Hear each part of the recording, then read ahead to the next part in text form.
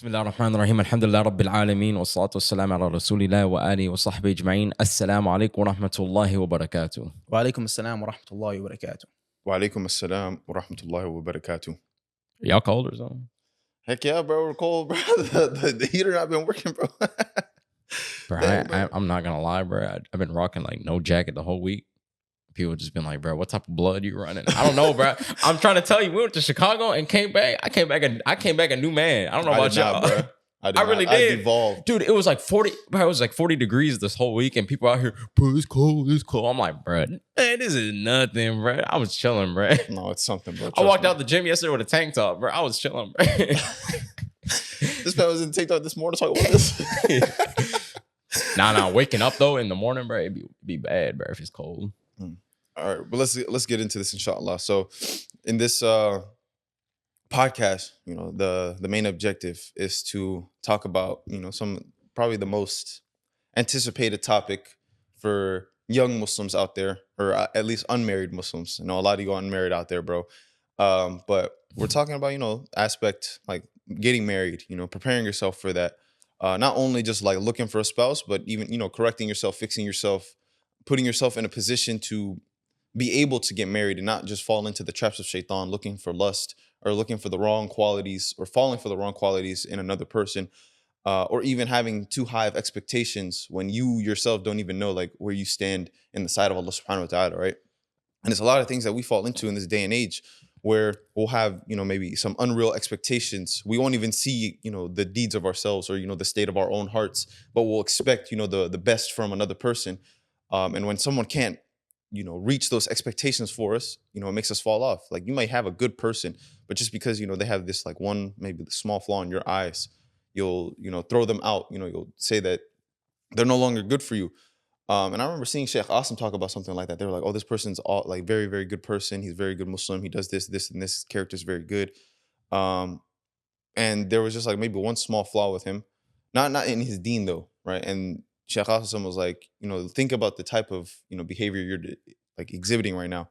All right, you're not a perfect saint. You're no perfect person.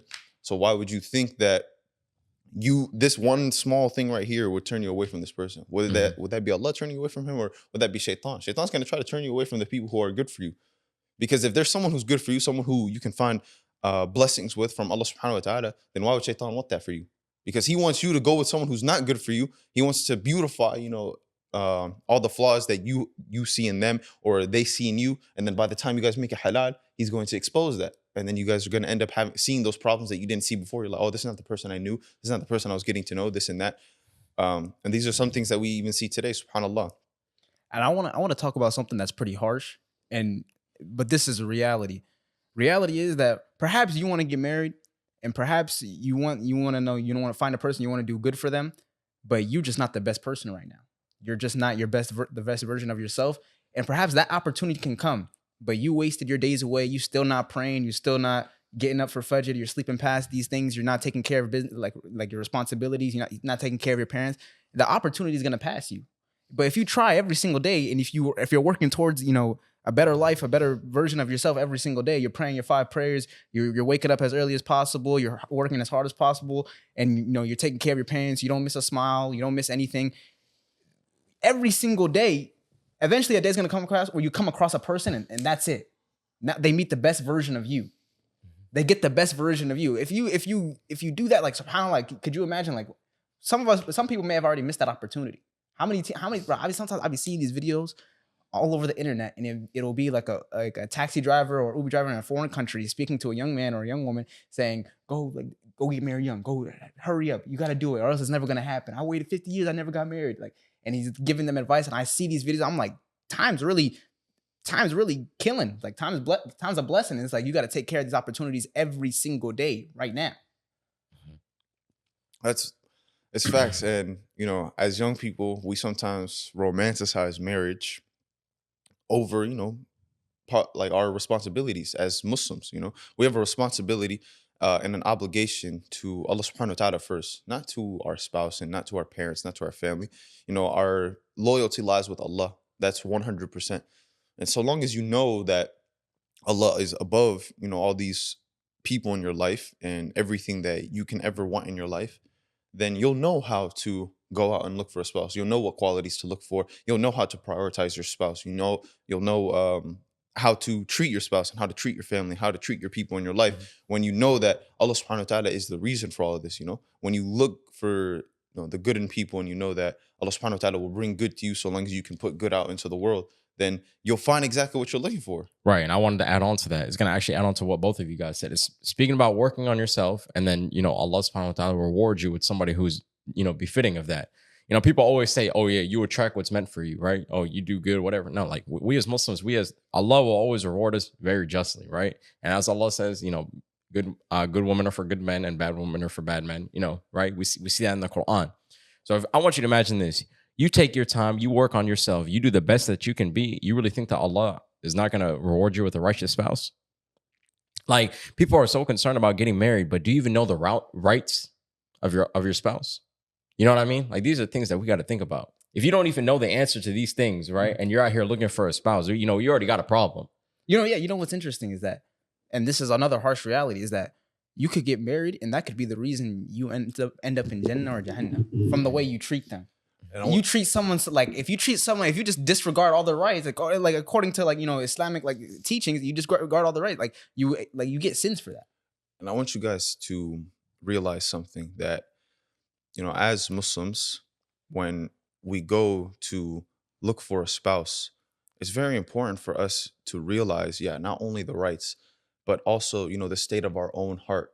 I see a lot of people who say good men for good women and bad men for bad women, and they place this, role upon themselves. I'm good. I pray 5 times a day, but how often do you think, okay, are my prayers accepted? Am I really a good person? I'm striving to do good, so I'm going to strive my best to find someone who's good for me, or, ask Allah to bring me someone who's good for me. Because look, when we think about, the role of the munafiqeen during the time of the Prophet ﷺ, the people, the Sahaba, they didn't, say, oh, these people are munafiqs. I'm not munafiq. I fear Allah. I follow the Messenger, alayhi salatu wasalam. No, they thought that when these verses of munafiqs came down, they thought it was talking about them. They were like, man, I fear being a hypocrite. I fear this. I fear this. I fear being a bad person. I fear being someone who Allah subhanahu wa ta'ala has promised the hellfire in the Quran. The mujrimun, the people that Allah subhanahu wa ta'ala says they don't repent. They don't come back to Allah. They don't fear Allah subhanahu wa ta'ala. They don't fear the last day. They secretly, they go out and they show that, oh yeah, I'm a Muslim. But in secret, they have this riyah, they have this, the, what's it called? Hidden versions of shirk, but in reality, they don't know it. But when you fear it, then you'll know that, okay, I fear this thing and I won't fall into it, inshallah. You fear it, and it's the constant reflection. I love reflection, because we know what reflection does. Reflection, one, it keeps you sincere, and also on top of that, it just allows you to correct the things that you want to correct. You ever just sit there, you might be driving, you might be sitting on the bus, you might be, just sitting somewhere, right? And you just take that time just to sit there and reflect upon what you've been doing, how you can do better. You know what I mean? And then actually, then once you reflect, that builds up that fear as well. Like, man, I've been doing this. These are traits of a hypocrite. Let me go ahead and change that. Or these are traits of people of Jahannam. Let me change that. Or these are traits that I don't want to see in another person that I want to marry. Let me go ahead and change that. How can I want the best from another person? I can't even be the best version of myself. You know what I mean? 100%. It really, it hurts my heart to see, especially, whether it be in media or anywhere, to see 2 men and women who they may be married, and they argue with each other, and they yell at each other, they call each other names, and they use the most vulgar language with each other. You could really they use the worst language that they could at their disposal with each other when you're supposed to be loving each other. I hate it hurts my heart. Right, and you guys are supposed to be people to build upon each other, not people to destroy each other. You just defeated the whole purpose. What's the point of getting married if you're just gonna sit there and destroy and ruin somebody's life? Not only that, and then look, people always take it a step further. You ruin the lives of your spouse, then it goes on to the family, and then the communities, and then this is why Shaitan loves divorce. This is the most beloved thing to Shaitan. It's not just That's crazy, yeah. SubhanAllah. It's not just even divorce. How the Prophet ﷺ said the woman was built from the rib, right? So it's you're not supposed to try to fix it or straighten it out, because you might end up snapping it. You're supposed to handle the women with care, right? And that's not just the women in your family or your spouse or your daughters or whatever. It's also the women out in society. If you're gonna ever deal with a woman, as a man, you should deal softly, deal gently. You know what I mean? Don't go out there being harsh, especially if you see them, doing something that they shouldn't be doing. Then go out and deal with them softly. Don't go, making insults towards them. Trying to ridicule them because they, you don't want to snap them. It's easier for us. We can probably handle the ridicule. Yeah, we can better, handle, right? Yeah. But women, they were made to with this nurturing aspect. They're a lot more emotional than we are, and they're more emotionally intelligent most of the time. So when you deal with them harshly, then how do you think they're going to react? And I was going to actually say, like, the two things that matter most importantly whenever you're looking for someone in marriage is, one, their deen, and second, their character. What importance does it do when you have someone who sits there and they pray 5 times a day, they do their dhikr, they're sitting there always reading the Quran, but then they go on the streets and they're just verbally cussing people out. They don't know how to deal with people. You know what I mean? Like, it's very pointless. And on the other hand too, like, what's someone who goes out, they look like a good person out in the streets, but yet they don't obey their commands to Allah in the first place. You know what I mean? Like, these things, they go hand in hand. You got to look at both of these things. You know what I mean? I'm not saying you're going to find the most perfect person. Yeah. But these things are what you should look for first before you look at, looks and all these other things. And I know it's hard. It's definitely hard. I'm not going to, like, yes, if you're going to marry somebody, yes, at least be attracted to this person. Yeah. But don't make it like you're everything. Look, when you look to get married, this is going to be a pretty big principle that, some people don't actually think of when it comes to getting married as a Muslim, right? So when you go to approach someone or you're speaking to someone for the aspect of marriage, yes, assess their deen, assess that the fact that they pray 5 times a day, but even ask questions, go further into it, further into the reflection. How often do you reflect on your prayers? You pray 5 times a day, but how often do you sense that this was just movement, right? This was just words that just came out of my mouth. How often do you think to yourself, how do I fix my connection to Allah when it comes to the prayer? Like, yes, I pray 5 times. I do it on time, but how often does the thought of your next task or what you're going to do after the prayer, or something that was before the prayer, or your worries or your concerns, how often do they come and creep into your mind and your heart during the prayer? How often does shaitan try to take over this, and how often do you try to fix it? Because that'll assess, someone who actually reflects on themselves and reflects on their actions and reflects on their deeds when it comes to their worship to Allah subhanahu wa ta'ala. Because when, someone does that, then you're not going to see someone who, he prays 5 times a day, he reads Quran, but he's very harsh to his wife. You'll try to avoid those types of people, because these outward actions, we can all do outward actions. SubhanAllah, we know this from the munafiqeen. We know we can all do outward acts. We can worship Allah outwardly, but internally, that's where it really matters. Really matters when you can reflect on your actions, or you can ask them, how does their heart, affect, their ibadah, or when they go out into the world, seeking financial stability. What is their intention when it comes to financial stability? Right? Is it for the sake of Allah, or are they just trying to be a millionaire for the fact that they see all these other people with material possession? Right? Do they care? Do they actually care about the dunya, or do they not care? In a sense where they'll find out a way to, be able to provide for their family and do well for themselves and do well into the community for the sake of Allah, to, find the bounty of Allah subhanahu wa ta'ala. Because we know the people who are going to enter the hellfire first. We know that they were Muslims. We know that outwardly, they did very noble things, but they did it internally because so they could be seen out in the public. He donated lots in charity. Oh, he was learned. He was a very smart man. He was a very knowledgeable man. Oh, he was a martyr. He was courageous, right? He died in the cause of Allah. But internally, what happened? Allah tells you lied. You died so people would say this about you, right? So that's why it's so important to be able to look at their deen, but look more like deeper. What is the reason we are judged? Is our intentions. Right? Try to understand what's in their heart, really. What's in their heart, not what outwardly. Oh, he looks like he does this. He looks like he does. That's why I don't like when people look at me on this podcast and they're like, oh, I see that you're a very, very knowledgeable man. You're very this and that. And I'm like, no, I'm not. No, I'm not. Well, I don't say none of this about me, because I'm not. You don't know me. SubhanAllah, you don't know me. Don't try to think like, oh, he's a good man. Maybe I should try to go and get to know him. Oh, I want to be your friend. You don't know me. SubhanAllah. And I appreciate people who will say this, but you don't know us, right? Anybody who thinks that... Yeah, like, no. I want to make the point. What you're talking about is like people being quick to praise someone and when they truly haven't seen anything. I want you to think about, before you say any sort of statement, any sort of, like about a person, whether it be good or bad, do you have any evidence? You'll call this person, oh my God, this is the smartest guy I know. Oh, you're the most happiest guy I know. But you have, like, what evidence have you gathered? Have you seen this person in hard times? Have you seen this person in, when things have been going really bad for them? Like, that's when you really get to know, like, I swear, when you really get to know someone, like when you'll really know who they are when they're going through the most troubling times in their life. You get to know the type of person. That's what I was going to say. And about their faith. First of all, everything that we're saying here, easier said than done. Let's get that out of the way. Easier said than done. But we always know, like, we got to ask the right questions. You say get to know a person in their hardest times. You got to ask in those moments, like, if you were put in such and such situation, how would you handle that? You know what I mean? Of course, yeah, you're going based off their word, right? But, at least you get a sense, right? And of course, when they go through, then you really see their true colors. But asking questions, I feel like the right questions, especially because it's not just questions. Asking the right questions can avoid a lot of problems in the future, because you might ask the right questions now, and then you might figure out that this person is really not for you, right? Versus, oh, this person, they're a beautiful person. I think they're doing good, yada, yada, yada. Let's get married. No, like it doesn't work like that. You, of course, get to know the person. I know relationships are haram, right? But there's a right way to get to know somebody, just as there's a wrong way to get to know somebody. Mahrams involved, bro. Like, and what's also interesting is that words can only do so much, but like a person, eventually their actions will show, just like the hypocrites. Their actions will show. Those people that were called to battle, they never came to battle. They said, oh, if we had known, we would have went with you. Like this is say Allah subhanahu wa ta'ala reveals this, and like the Quran, it really facilitates this perfectly. These people, they say, but they never do. Bro, that's just all it is. It's just, or like even when people don't believe, even if Allah was to show them angels, Allah was to show them the jinn, everything, they still wouldn't believe. But yet you have people that are Muslims, they don't see any of that, but yet they still believe, right? Because that's just the difference. You know what I mean?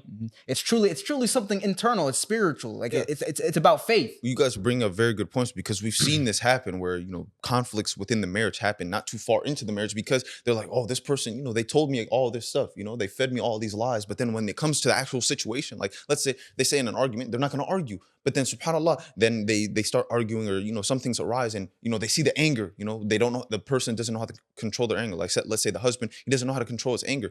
And it's important on both sides, right? How can a wife, handle the angry husband, right? And how is the husband going to handle his anger when it comes to dealing with his wife? Because you don't want to yell at your wife. You don't want to yell at your husband, right? You don't want to deal in a way where, let's say some things, it might get heated, but then you both are acting as fire, right? I want to bring up this point. One of my biggest, stepping stones, or one of my biggest, it's in the best way I can describe it, it's like a highlighted title, is honesty. If you cannot tell the truth, being lied to is like one of my biggest fears. Because here's the thing: when you get lied to, who do you blame? Do you blame them for lying to you, or do you blame yourself for believing them? That's because I hate going into a room blind. I hate being like someone who doesn't know something, or like I walk into for a negotiation and I don't know anything, and I'm in a class and I don't know it. Like I just hate not knowing. So if I get lied to, it's like, do I blame? Like I really take a lot of the blame myself, because I believed you. I was like, that's so stupid. So honesty and truthfulness, especially with when you say something, that's who you are. Embody what you say. Especially with regards to Islam, it's just like we talked about with hypocrites. They say the shahada, but they're not Muslim. They don't act Muslim. They don't take them as their brothers. It's so like. No, it's not your fault. It's not your fault for seeing the best in people. That's what you should do. You should assume better of people. And even what I brought up earlier, like about people who say, "Oh, I think you're a good Muslim person. Like you speak, you have good character, blah blah blah." Just because of what they see here, I don't mind that. You're trying to see better of me. Praise belongs to but in my heart. No, and I know this was a principle of people before, and I tried to embody this, is that although you may think good of me, I still won't think good of myself. You know what I mean? I'm not gonna take what you say and you'd be like, yeah, I am a good Muslim. Yeah, I have good character. No. Yeah, you may be right. Yeah, subhanAllah, I try to embody the fact that no, I don't think so. It's due I'm trying. That's people may be confused, but it's due to we just don't want to have that arrogance. You don't want to be. Have you ever dealt with an arrogant person? You don't want to have that arrogance, especially from the verse we mentioned, good men are for good women, and like you don't from that verse, don't take that as like, oh, you're gonna derive arrogance. Oh, I'm a good man, or I'm a good woman. That's what I like. That's what I deserve. You know what I mean? I've done this, I've done this, blah blah blah. So I deserve this. You know what I mean? Letting go of the arrogance. It's like, all right, you at least you got to start off with the basis. I think I'm doing good, okay, but always have this in mind. No matter how good you're doing, and I like to live by this. No matter how good that you're doing, you can always do better. No matter what. I don't care what anybody says. You sitting here, you reading 5 pages of Quran a day, you can read 10 pages a day. You reading 10, you can read 15. It don't matter. You making this amount of money, you can make more. You know? But that's what I'm saying. Like if the 3 people to enter hellfire first are not assigned for you, then I don't know what will be, because they did good outward acts. They thought themselves to be good. They thought themselves that they died in the cause of Allah, but really in this most inner parts of their heart, their intention was to please the people rather than please Allah. And Allah tells you, if you seek to please anyone other than Allah, or if you seek to please anyone with Allah, you would be displeased by both. Look, and I want to add on to what you said regarding you could always do better. The moment you say I've done good, I think I've done good enough. You've placed a limit on yourself. That's the limit. You know why? Because you become complacent. Exactly. Why you become complacent? That's the limit. Ain't over yet. Yeah, that's the limit of your capabilities. The moment you say, "Okay, I've done good enough," that's the limit of your capabilities. Look, you can't. There's after that. Like, does that not scare you that you're not gonna go above that? I was about to say, how many people do you see? They start off strong, right? But then by the end, they're all the way down here. Why? Because they became complacent. Why are you becoming complacent? You should always be hungry. You'll always be trying to chase the next level. Always be trying to do better. And it's the same thing. Well, like we're talking about marriage with regards to your relationship. You think, okay, after we got married, khalas, like some people, they stop being romantic, they stop having fun. Like what is that? Like, what is that? You gotta keep on going. You gotta keep on trying. You gotta go to different lengths, new lengths. Bro, you gotta be. Look, you want to be the fun husband. nah, bro. Like I ain't gonna lie, bro. Like they be talking about this one guy, right? That he used to work at my job, right? And he doesn't work there anymore. But yet they're always talking about him and the quality that they always are saying. This guy just never stopped. That's what always set him different. Oh, I'm different. I'm different. And I even asked him myself, like before I started working there, like, yo, like, how do you do what you do? And he said, oh, I'm different. And I'm like, you're different. Like, what is that supposed to mean? And like afterwards, like a couple years later, and these same people, and he's been gone for like a long time. Oh yeah, he was different. He was different. Why? He was always here, always, always just trying to do better. That guy does never stop. That's how you want to be as a Muslim. You always want to be persistent. You never want to stop. You always want to keep doing better. You pray 2 rak'ah for tahajjud, pray another 2, and another 2, and another 2. You know what I mean? Like you just never stop. You always want to keep on getting better. The second you become complacent, you stop yourself, you limit yourself, and then downfall is your next step. SubhanAllah, look at the wisdom of the hellfire and Jannah, right? Paradise and hellfire, right? People are going to enter hellfire and then they'll enter Jannah, right? And then there's people who will enter Jannah, but then there's levels to it. There's levels to Jannah. It's not just one level and you're going to be with the prophets. You're going to be with the last person who was in hellfire to enter Jannah. No, it's going to be different, right? There's going to be, the lowest level, the people who they may have entered hellfire first, or maybe they just slipped by and were able to enter Jannah. But then there's going to be the higher levels where you're going to see the prophets, the martyrs, the people who were noble, the people who fought in the cause of Allah, who struggled for the sake of Allah, right? Who never associated any partner with Allah subhanahu wa ta'ala, right? That's why there's a different level. These people, they never stop. They never stop trying to get closer to Allah. Yeah, they never stop trying to embody the prophets. You know what I mean? There's a verse in the Quran regarding people at the time of the Prophet ﷺ, and Allah talks about the men or like the people who they would make a covenant, they would promise Allah something, and they would go and they would fulfill that promise, and they were truthful in that promise. They were truthful. So like the people who would say like, oh, they're gonna go to battle, and then also it talks about how some of them die before they could fulfill that promise, but Allah knew in their heart, like Allah subhanahu wa ta'ala knew about that. Like imagine that you would be the person who was truthful in their promise with regards to anybody. Bro, being truthful just never hurts you. It always just makes things easier for you and just makes you better. Why would you want to do anything other than that? And just think about what you just said, right? Think about this principle.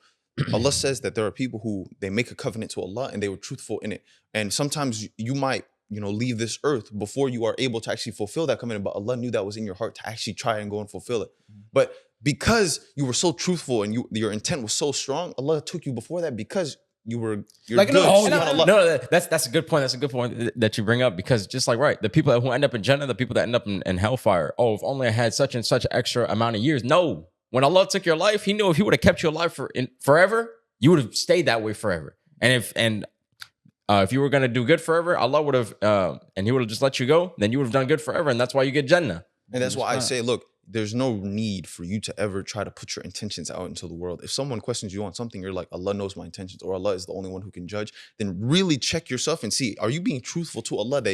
I am going to eventually fix myself. I am going to eventually do this, because Allah will help you get over that struggle, and shaitan will continue to push you towards that struggle, because he wants you to keep struggling. He wants you to stay further away from Allah subhanahu wa ta'ala. He wants you to stay plateaued, because shaitan doesn't want you to get better. He wants you to be in the hellfire with him so that you can see, whatever you're doing, it's not that bad, right? You'll get better. You're eventually going to do it. But then Allah will take you at a time and you're like, no, I wish I didn't get to do it yet. I didn't get to do it. But Allah is going to tell you on the day of judgment, you lied. You weren't ever going to do it. You just kept telling yourself, you kept telling the people. Every time the people came to you asking you, oh, why don't you do this? Why don't you do this? You kept telling them, Allah can judge. Allah is this. Allah is that. Oh, Allah knows my intentions. But if Allah knows your intentions, you never have to say it out loud. You never have to say it out loud. Wallahi, you never have to tell people, Allah knows my intentions, right? You never have to tell people, oh, I'm trying to get better.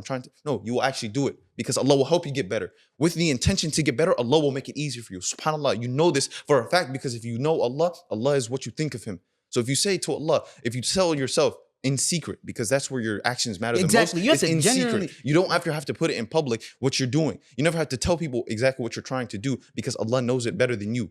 Right? So then when Allah exposes to you on the day of judgment, you tell Him, oh, can I have more time? If you just give me, a couple more months, a couple more years, I would have eventually done this. I would have eventually picked up this good deed. I would have eventually started praying 5 times a day. I would have eventually adopted the hijab.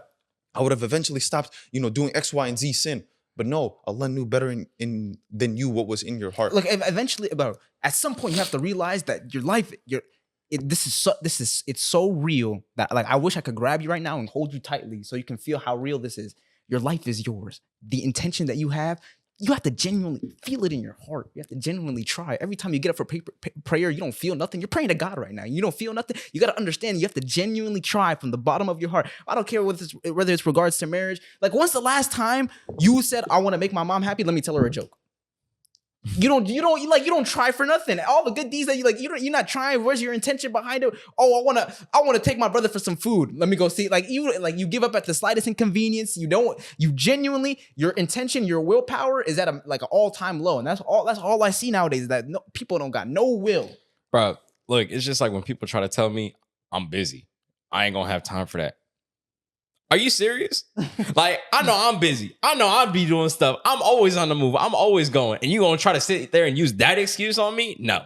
It ain't gonna happen. Because you know why? Because people gonna make time for what they really care about. People gonna make time for what they genuinely want. Truly. If you genuinely want something and you care about something, you're gonna find a way. You're gonna make a way. Don't matter what it is. If all odds are against you, if I told you, look, be up tomorrow at Fajr and I got you $5 million cash and money is something that you desire, you're gonna be up. You're gonna be up hours before that. You ain't gonna be able to sleep.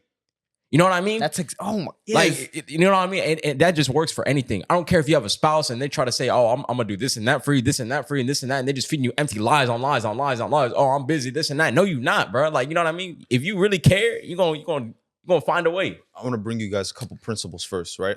Especially, this is first when it comes to spouses, and then the next one is going to be when it comes to anything, right? So when it comes to spouses, another thing that you want to make sure that you get out the way or that you want to avoid is how often you guys are engaging in lahu, right? Which is like idle talk or things that don't matter, things that don't benefit you, right? Lahu in the Quran, what I've read from the tafsir, it can encompass a lot of things. It can encompass shirk, sin, and idle talk, things that don't have no benefit, right? Things that don't bring you nowhere near closer to Allah subhanahu wa ta'ala. And when it comes to a spouse, all you want to do is talk about things that can benefit you, right? But, the lust, the things that are going to get us, liking a person are things that we enjoy, right? It's not always going to be about deen. It's going to be about, just random things, random hobbies we like and this and that, which is cool. You want to know if you're compatible, but then you really want to make sure you guys are compatible when it comes to your deen. How much knowledge are you guys going to seek? What are you guys going to do to get better on your deen, right? Individually and together, right? You want to understand how you can love this person for the sake of Allah, not just love them because, they give you a good time.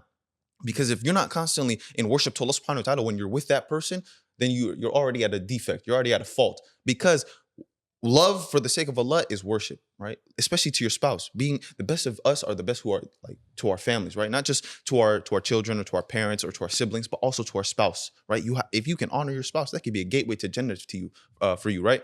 Getting better in worship to Allah subhanahu wa ta'ala, right? And when you finish getting married, that can complete half your faith because of the actions that come with that. What comes with that. Look, let me add on.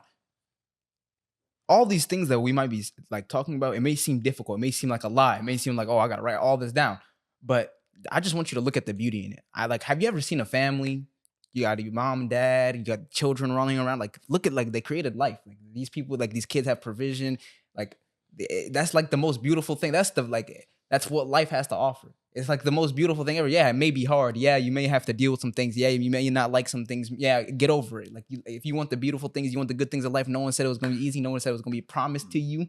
Like some people, like, that's sad. Some people, they grow up or they die young and they never get to experience that, or they never, like, subhanallah. So, like, I really, like, it may be hard. It may be difficult, but I'm saying this so that you could likely expect it. Like, there's a difficulty, so you don't give up at the slightest inconvenience.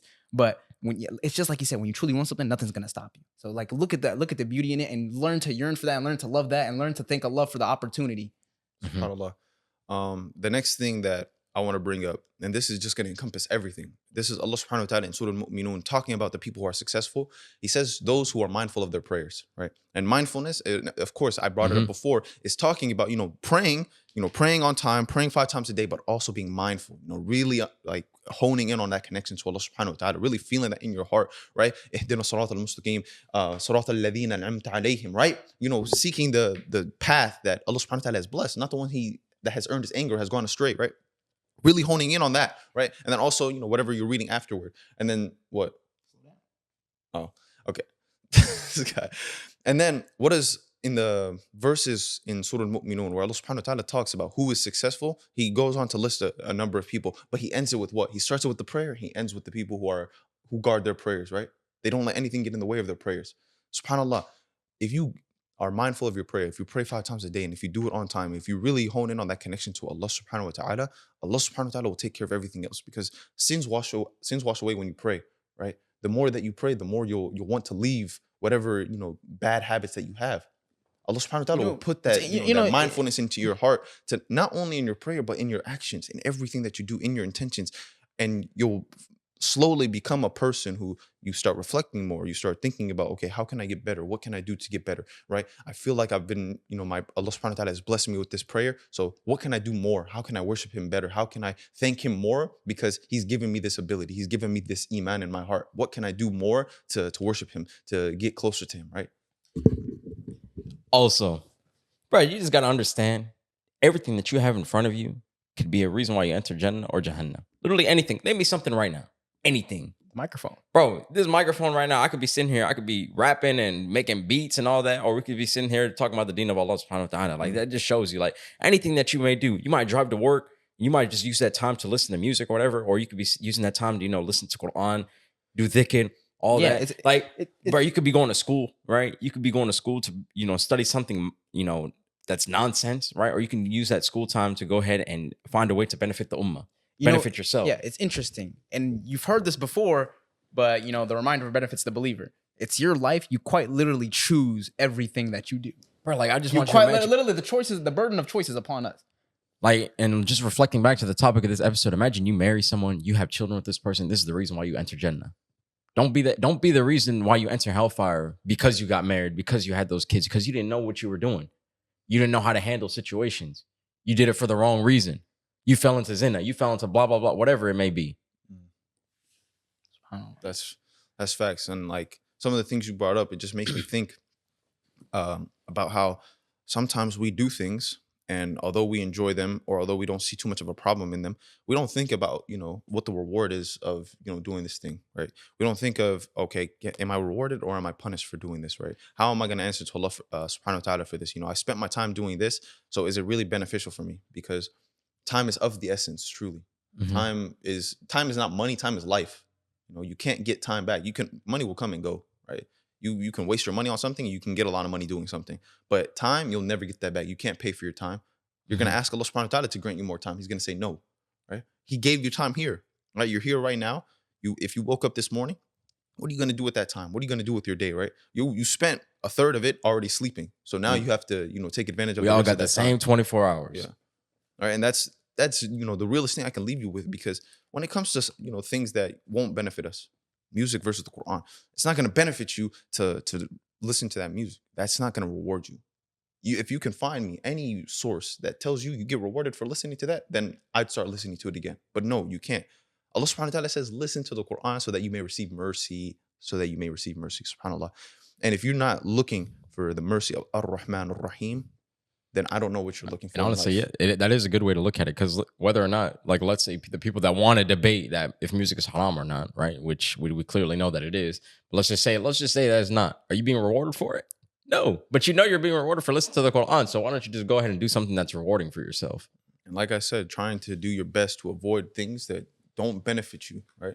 There are things that, there's always moderation, but something like that which enters your heart, everything is going to enter your heart in some way, shape, or form.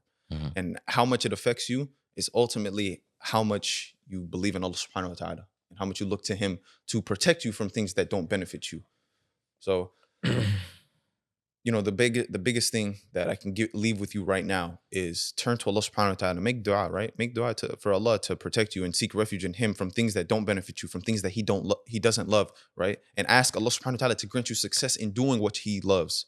Because when you do that, right, and you truly believe that Allah subhanahu wa ta'ala will guide you to that which is best for you, that if you look to the Quran, it will guide to that which is most upright, then you will be guided to that which is most upright. And you won't have any questions. You won't be thinking about, should I be doing this or should I be doing that? You'll know. You'll be like, this is not good for me. I'm going to leave it, right? I'm going to leave it for the sake of Allah. And you won't question it at all, right? Because you'll know that Allah subhanahu wa ta'ala has given you guidance. The Prophet ﷺ, he left you with his sunnah. So long as you can follow this, you'll be all right. You'll know exactly what you are meant to do, And whenever you have a question, you turn to Allah.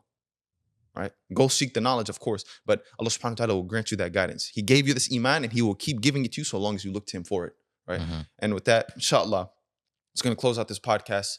Hope you guys benefited from this, inshallah. Hope you guys can spread this message and, give someone else some advice wherever they need it, whether it's a friend or a family member, or sharing it on social media, inshallah. Hope you guys enjoyed. We're not scholars, we're still students of knowledge. We're open to correction. And assalamu alaikum wa rahmatullahi wa barakatuh. Assalamu alaikum wa rahmatullahi wa barakatuh. Assalamu alaikum wa Taking rahmatullahi my wa job, barakatuh. huh?